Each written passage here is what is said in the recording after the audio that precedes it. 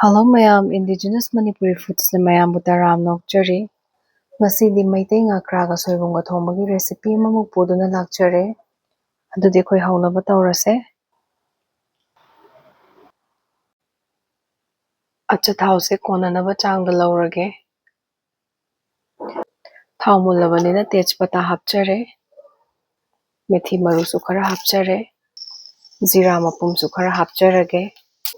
Hingsu khara hapcharage. Second ani hum thamjare tilau haphaurage. Ngatang otlase. Tilau se golden brown orapo ngatang ngai minarase. Maroi se khara munsilla abanina napakpi asubado khara hapcharage. Chanam asibasu hapchinjare. Singsu hapchilage. Haribob akangbado mari mangam laujare. Ngatang amung aurase.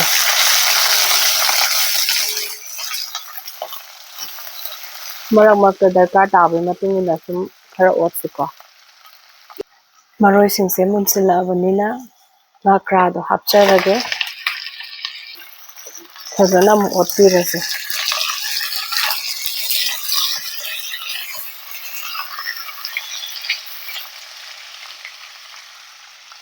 Ngatang thamsiko minute amagumba. Thumsu khara haphaurase. Sirakhong morokto teaspoon ama haphaurage. Morok khara saba asuba amamu hapchinjare teaspoon amagi changda. Maru marang asuba su hapchilase.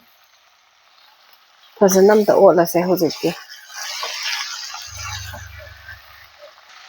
Machu su haphaurage. Samaroi khara ama hapchinjare. Amu otlase ko. Meitei ngakraga se hojikandi ubu ubidre. Akoina chakibado kuire chahi bu kaure haitare. Handakse akoi farm sitlebo ko yumlomda. Aduda ngakra khara yauraena khoi ibungduna chanaba pirae. Adudu video se namja haurabane. Makhum ngakeng kuppaga thamase. Amuk check tawrase. Soibum haphaurage. Fazana mu otlase. Soibum se aina sindanaba haina thum tawraga hanjin na leiraga ising asabda chamthokjarabane. Kanagumba mising khamena sinba hapaga chaningba misu su yawiko. Mayamsi pambiragadi sum hapchinbiyo tawbadabu soibumda khamena sinba hapadi ngasagi sindanaba haina chamthokibasingdo aremba taidanako. Aduna hapchadrabane. Makhum amuk kuppaga ngatang thamjakhige.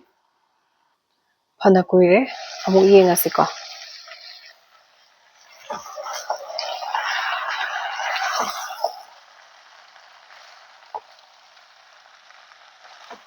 Fazana amta ngauringaisida mulhanse. Makhumse amuk kuppaga thamase mundri fawba ngaugise. Mahi hapchinaba tawrage. Mahi sidi mayamsu apamba changda laubiyuko. Madi nga atoiba thongba adumaini nang laudabane.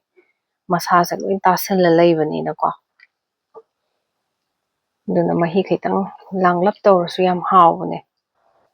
Fish masala do yamdabida khitang hapchare. Sagolakpasu haure makhum kuppaga thamase.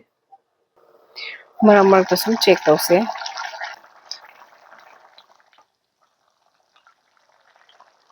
Manamsu fazana nungshire hojikti.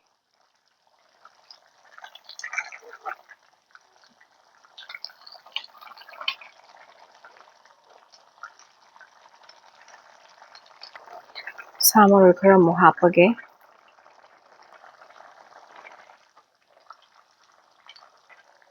Samaroi hapagi ngatang amu otlase. Singa sidi toidabanino ko. Hotli kaisu kide haitare.